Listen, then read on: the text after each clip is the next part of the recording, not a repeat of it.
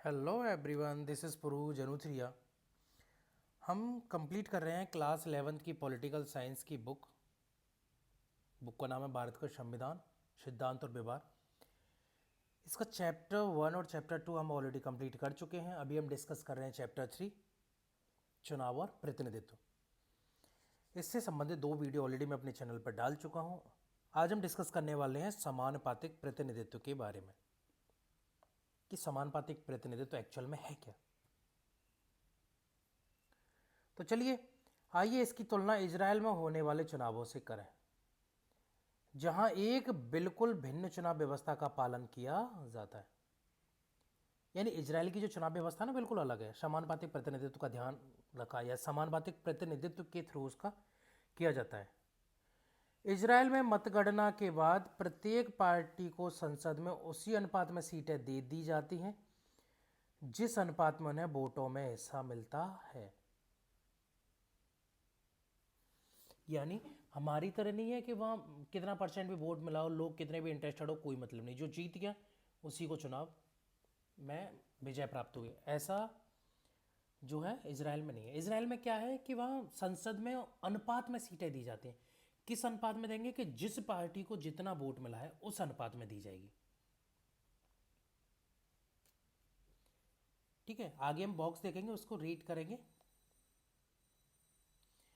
प्रत्येक पार्टी चुनावों से पहले अपने प्रत्याशियों की एक प्राथमिकता सूची जारी कर देती है।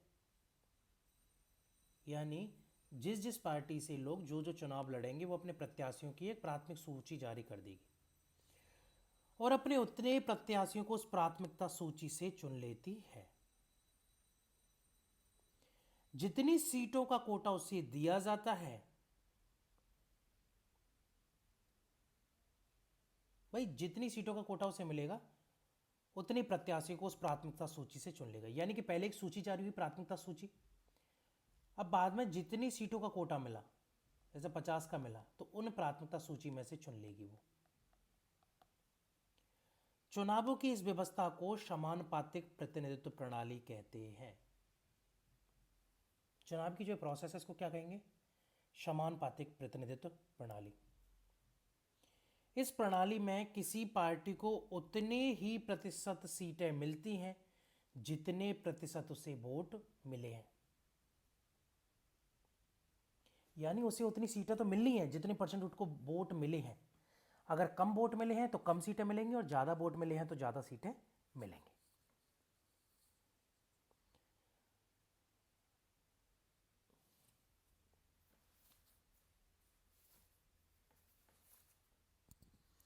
समानुपातिक प्रतिनिधित्व के 2 प्रकार होते हैं।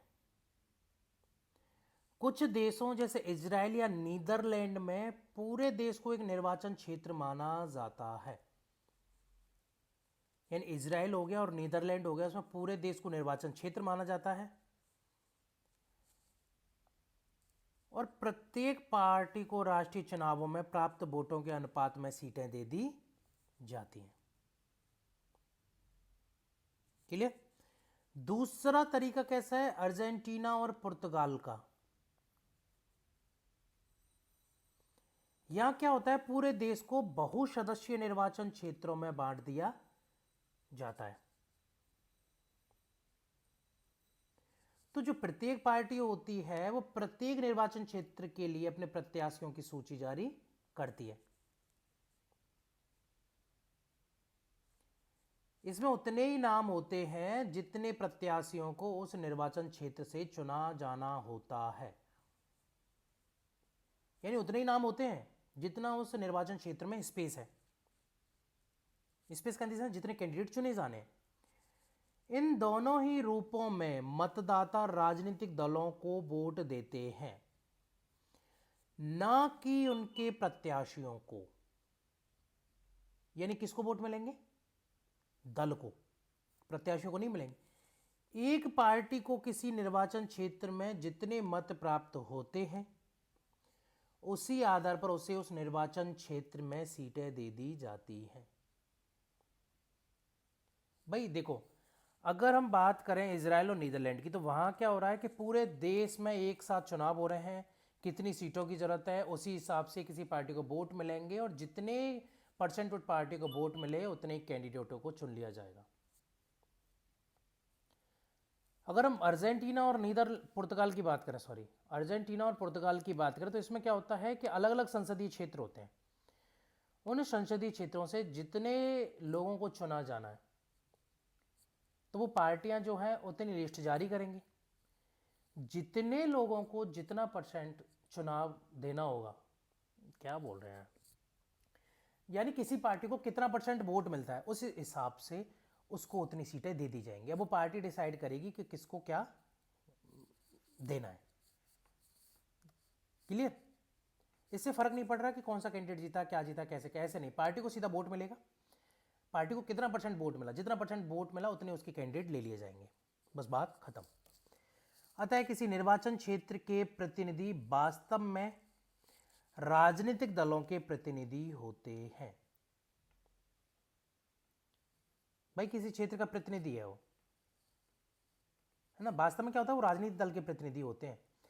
भारत में हमने समानुपातिक प्रतिनिधित्व प्रणाली को केवल अप्रत्यक्ष चुनावों के लिए ही सीमित कर दिया है।